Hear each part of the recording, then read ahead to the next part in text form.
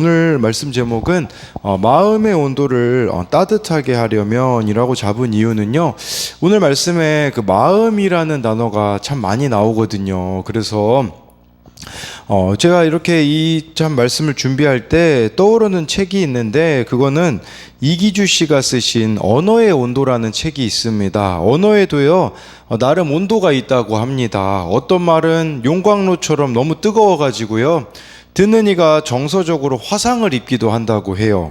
반대로요, 어떤 말은 얼음장같이 차가워서 듣는 이의 마음이 꽁꽁 얼어붙을 수 있다라는 거죠. 이 언어에도 온도가 있지만 마음에도 온도가 있어요. 초등학교 6학년이 쓴 마음의 온도는 몇 도입니까? 라는 시집이 있거든요. 그 시집에 보면 이런 내용이 나오더라고요. 우리 마음의 온도는 과연 몇 도쯤 되는 것일까 하고 생각해 보았다. 너무 뜨거워서 다른 사람이 부담스러워하지 않고 너무 차가워서 다른 사람이 상처받지 않는 온도는 따뜻함이라고 생각한다라고. 이 초등학교 6학년, 지금은 뭐 세월이 흘렀기 때문에 더 나이가 있겠죠. 근데 이 아이가 따뜻함이 마음의 가장 적절한 이렇게 온도라고 이야기해주고 있는 이런 모습과 같이, 우리도 이렇게 마음이 따뜻한 자로 살아가려면, 마음이 따뜻한 게 결국 무엇이겠습니까? 예수님 닮은 마음이 아니겠습니까? 그래서 우리가 어떻게 이렇게 마음의 온도를 따뜻하게 할 수 있을지 같이 살펴볼 텐데요. 첫 번째로요, 따뜻한 마음의 온도는 하나님을 의식할 때 나타납니다. 1절부터 3절을 보면요, 유순한 대답은 분노를 쉬게 하여도 과격한 말은 노를 격동하느니라. 지혜 있는 자의 혀는 지식을 선히 베풀고 미련한 자의 입은 미련한 것을 쏟느니라. 여호와의 눈은 어디서든지 악인과 선인을 감찰하시느니라. 1절에요, 유순한 대답이 분노를 쉬게 한대요. 유순한이라는 것을 원어로 보니까요, 강한 의미가 아닙니다. 여러분, 뭐 섬세한, 부드러운, 약한이라는 의미를 가지고 있어요. 여기서 분노를 쉬게 하여도, 이 쉬게 한다라는 말은 돌이키게 한다라는 말이에요. 그러니까 상대를 돌이키게 하는 것은요, 우리는 막 상대를 돌이키게 하려고 말을 세게 해야 된다고 생각을 하잖아요. 목소리 큰 사람이 이긴다고 하잖아요. 아니에요. 여기서는 유순한 말이 상대를 돌이키게 한다라는 거죠. 근데 반대로 과격한 말은요, 노를 격동한대요. 이 과격한 말은 원어로 무슨 뜻이냐? 고통스러운 말이에요. 우리가 다 알잖아요. 이 말을 하면 그 뭐 발작 버튼이라는 말이 있거든요. 이 말을 하면 상대방이 바로 반응이 올 걸 알아요. 그게 바로 과격한 말이에요. 고통스러운 말이에요. 근데 이 말은 오히려 노를 격동하게 한다고 말씀해주고 있는 것이에요. 그래서 우리에게 필요한 것은 유순한 대답이겠죠. 그리고 2절 말씀처럼 지혜 있는 자의 혀가 되어져야 된다라는 것을, 지혜 있는 자의 혀는 지식을 베풀지만 미련한 자의 입은 미련한 것을 쏟는다라고 말씀해주고 있어요. 그 2절을 제가 공동번역 성경으로 읽어보니까 이렇게 나오더라고요. 슬기로운 사람의 혀는 바른 인생길을 깨우쳐 주지만 미련한 사람의 입은 어리석은 소리를 뱉는다라고 하더라고요. 그런데 이 본성이 죄인인 우리가 어떻게 1절처럼 유순한 대답을 하며 2절처럼 지혜 있는 자의 혀가 될 수 있겠습니까? 그 비결은 3절에 있어요. 여호와의 눈이 모든 걸 감찰하신다라는 것을 믿는 믿음에서 나오는 거예요. 저와 여러분들이요, 쉽게 말하면 하나님을 의식해야 된다라는 거예요. 말할 때, 행동할 때, 그 모든 순간들조차 하나님을 의식할 때 다른 말이 나올 수 있다라는 거겠죠. 하나님을 의식한다라는 것은 다른 말로 말하자면 말씀을 의식한다라는 게 아니겠습니까? 그렇기에요, 하나님을 의식하였던 모습 중에 정말 인간으로는 할 수 없는 고백을 한 그 장면이 사도행전 7장 59절에서 60절에 스데반 집사님의 순교 장면에서 나옵니다. 그들이 돌로 스데반을 치니 스데반이 부르짖어 이르되 주 예수여 내 영혼을 받으시옵소서 하고 무릎을 꿇고 크게 불러 이르되 주여 이 죄를 그들에게 돌리지 마옵소서 이 말을 하고 자니라 라고 말씀해 주고 있잖아요. 여러분, 누가 나를 돌로 칩니다. 나를 죽이려고 해요. 그 죽음의 순간에요, 주 예수여 내 영혼을 받으시옵소서, 이 고백이 뭡니까? 나는 예수님을 의식한다, 이 아니겠습니까? 그 죽음의 순간도 예수님을 의식하니까 어떤 일이 벌어집니까? 주여 이 죄를 그들에게 돌리지 말아달라라고. 이게 그 3절의 고백이라고 할 수 있어요. 하나님의 눈을 의식한다, 예수님의 눈을 의식한다, 우리에게는 성령님의 눈을 의식한다라는 것이 아니겠습니까? 예, 이렇게 하나님을 의식하는 사람의 삶에는요, 열매들이 맺혀집니다. 그 열매가 4절하고 5절에 보면 나와 있어요. 온순한 혀는 곧 생명나무지만 패역한 혀는 마음을 상하게 하느니라. 아비의 훈계를 없인 여기는 자는 미련한 자요, 경계를 받는 자는 슬기를 얻을 자니라. 하나님을 저와 여러분들이 의식하잖아요. 온순한 혀가 된대요. 온순한 혀가 돼가지고요, 온순한 혀라는 건 길들여진 혀라는 뜻이겠죠. 생명나무래요. 생명나무라는 게 무슨 말이겠습니까? 살리는 말을 하는 자가 된다라는 거예요. 여러분, 제가 살리는 말이라고 했습니다. 좋은 말이 아니에요. 필요한 말을 한다라는 것을 말씀해주고 있는 거예요. 정말 저와 여러분 하나님을 의식하잖아요. 해줘야 될 말이 있을 겁니다. 그 말을 저와 여러분들이 해야 된다라는 거겠죠.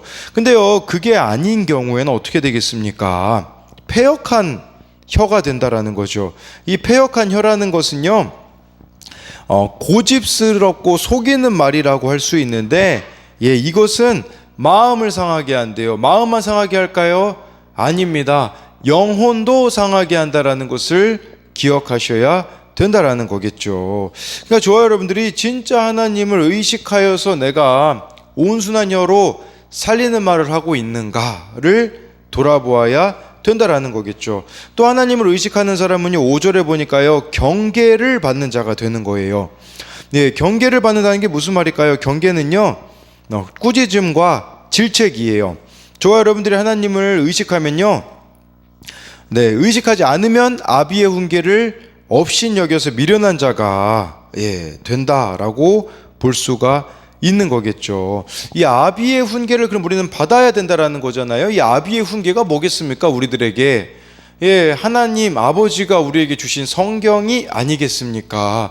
그러니까 성경의 책망과 바르게 함과 의료교육에 유익한 이 성경의 말씀을 받아들여야 된다라는 거겠죠. 저와 여러분들에게 말씀의 훈계가 있느냐라고도 볼 수가 있겠고요.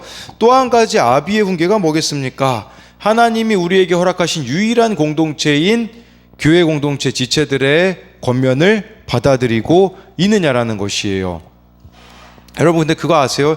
이미 내가 어느 정도 답을 압니다. 말씀에서 뭐라고 했는지도 어느 정도 알고요. 공동체에도요, 내가 이 이야기 꺼내면 어떤 반응이 올지 대부분 알아요. 그래서 이야기 안 하는 경우가 있어요. 그래서 몰래 자기 마음대로 추진하다가 드러났을 때 이야기하는 경우가 많이 있어요. 그거는요, 하나님을 의식하지 않는 거라는 것을 기억해야 돼요.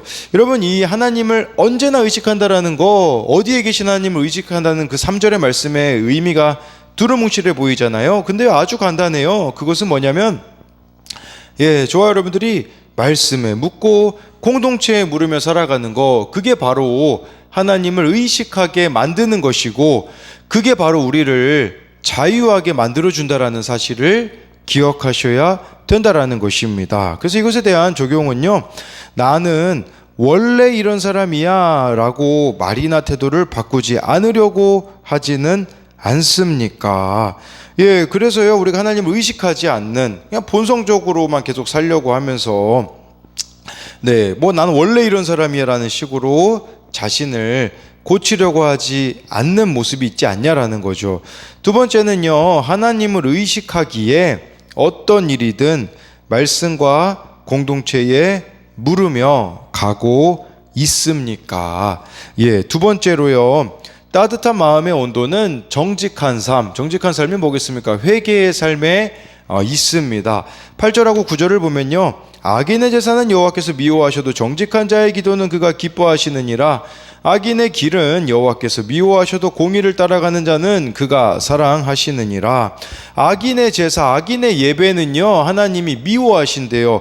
왜 미워하실까요? 그 이유는요, 여러분, 이 악인의 예배가 어떤 거냐면, 뭐 한 가지 예를 들면요, 흔히 엄마 뱃속에서부터 교회를 다니면 모태신앙이라고 하잖아요. 이게 참 좋은 믿음의 유산 될 수 있어요. 근데 자칫 잘못하면 모태가 아니라 아예 못한다라는 모태신앙으로, 예, 변질될 수 있다라는 거죠. 모태신앙이 뭡니까? 형식적으로 신앙생활을 하는 거예요. 그러니까 여기서 말하는 악인의 제사라는 건 무슨 말이냐?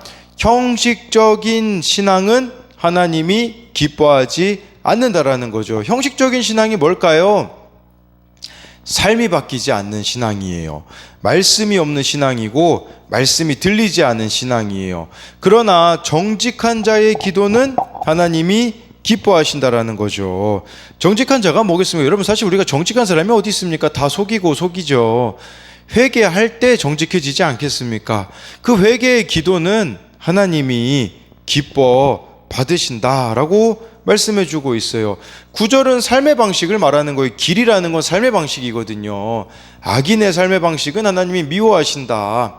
공의를 따라가는, 하나님의 그 말씀을 따라가는 삶의 방식은 하나님이 사랑하신다라고 말씀해주고 있는 것이겠죠. 네, 11절, 12절을 보면요, 스올과 아바돈도 여호와 앞에 드러나거든. 하물며 사람의 마음이리요 거만한 자는 견책받기를 좋아하지 아니하며 지혜 있는 자에게로 가지도 아니하느니라 라고 말씀해주고 있어요. 여러분, 스올하고 아바돈, 이게 뭐냐면 지하세계를 말하는 거거든요. 스올은 지하세계 혹은 죽은 자들이 거하는 곳으로 알려져 있어요, 성경에서요. 근데 스올은 많이 나왔잖아요. 근데 아바돈은 아마 많이 못 들어보셨을 거예요. 아바돈은 역시 파멸과 황폐의 장소로 죽은 자들의 영역이에요. 이곳에서도 하나님 앞에 모든 게 드러난대요. 하물며 사람의 마음이 드러나지 않겠느냐라고 하나님이 말씀해주고 있는 거겠죠. 여러분, 우리가요, 아까 제가 이전에 말씀드렸던 그 8절에 정직한 자가 나오잖아요. 우리도 정직한 마음을 품지 못할 때가 있어요. 제가 정직하지 못한 마음을 품을 때가 있거든요. 그때 하나님이 나에게 허락하시는 게 뭐냐? 스올과 아바돈이라는 사실이에요. 이렇게 해석할 수 있어요. 스올과 아바돈을 하나님이 나에게 허락하신다는 것은 무슨 말이냐?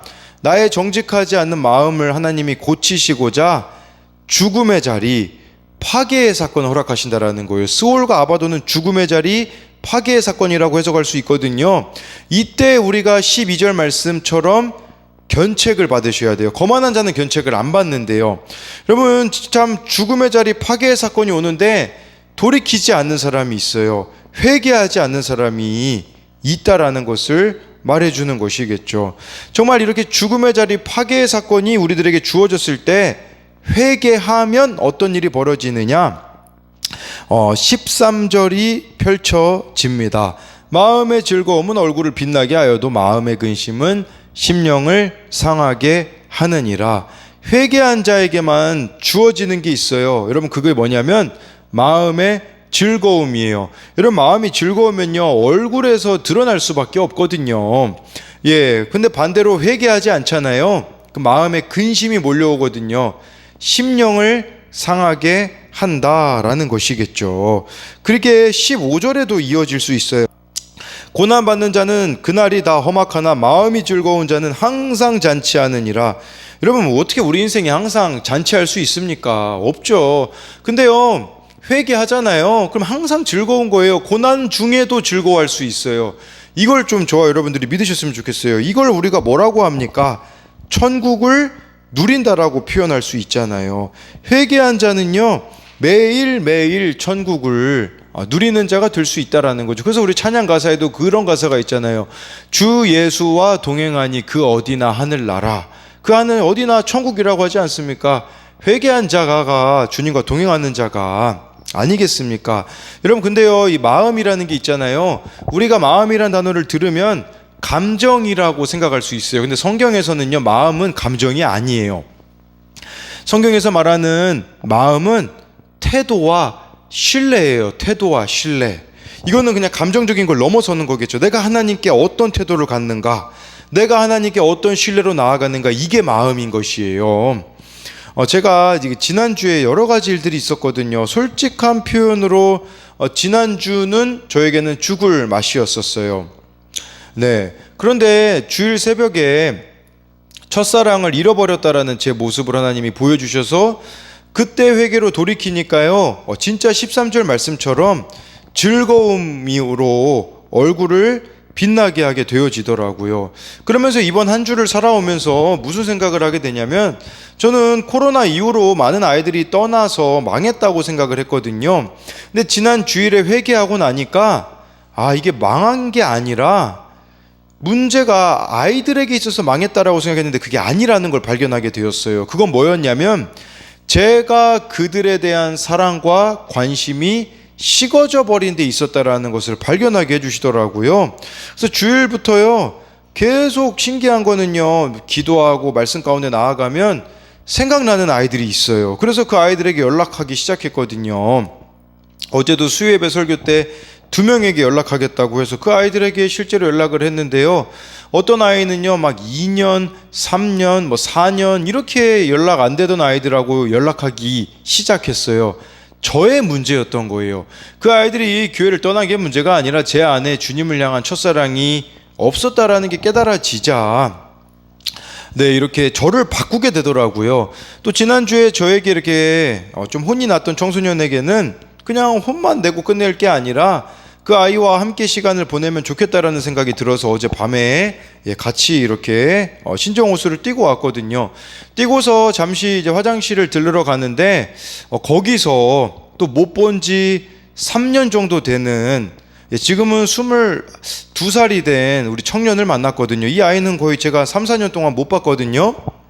근데 다른 지역에서, 천안에서 주로 머물거든요. 근데 특별히 어제 아산에 내려왔는데 이제 운동하러 신정호수 왔다가 저를 만났는데 정말 제 마음이 기쁘더라고요. 왜 기뻤냐? 이렇게 하나님이 주신 마음에 순종할 때에 하나님이 마치 퍼즐 조각을 맞춰가듯이 하나씩 맞춰가시는구나, 순종할 때 주시는 기쁨이 있었기 때문이에요. 여러분, 이 13절의 기쁨은 그거예요. 저와 여러분들이 하나님이 마음을 주시고 말씀으로 인도하실 때 순종하시는 겁니다. 그러니 제가 과장하는 게 아닌데요, 지금 솔직한 제 마음은 처음 사역을 하던 25살 때로 돌아간 것 같은 마음이 있어요. 저는 이 기쁨은 회개로 돌이키는 기쁨이라고 생각을 합니다. 그렇기 때문에 정말 저와 여러분들이 회개로 돌이킬 때에 하나님이 주시는 그 즐거움을 누리셨으면 좋겠습니다. 마지막으로 이것에 대한 적용 질문은요, 하나님께 돌이키라고 허락하신 죽음의 자리, 파괴의 사건, 즉 스올과 아바도는 무엇입니까? 두 번째로요, 회개와 순종을 통해 천국, 마음의 즐거움을 누리고 있습니까? 제가 기도하고 마치도록 하겠습니다. 살아계신 하나님, 정말 오늘 말씀에 우리가 다른 사람을 변화시키는 것은 유순한 대답에 있다고 하였습니다. 유순한 대답은 내 본성을 따르는 것이 아닙니다. 하나님, 정말 하나님이 모든 것을 다 감찰하고 계시기에 하나님을 의식하여서, 하나님 정말 말씀을 의식하여서, 또 공동체 지체들의 권면을 의식하여서 나를 바꾸어가는 자가 되어지기를 원합니다. 그리하여서 정말 하나님께서 나에게 원하시는 그 삶이 이루어지기를 원합니다. 하나님뿐만 아니라 하나님은 악인의 제사는 미워하신다고 하였습니다. 정직한 자의 기도는 기뻐하신다고 하였는데, 하나님, 날마다 하나님 앞에 내 모습을 회개함으로써 하나님이 기뻐하시는 인생이 되어지기 원합니다. 뿐만 아니라 그렇게 회개한 자들에게는 마음의 즐거움을 주시겠다라고 말씀하셨고, 고난이 있어도 항상 잔치하는 것 같이 즐거운 마음으로 살아갈 수 있게 해 주신다고 하셨사오니, 하나님이 말씀에 순종함으로써 오늘 천국을 누리는 우리 성도들이 되게 하여 주실 것을 믿으며 살아계신 예수님 이름으로 기도드립니다. 아멘.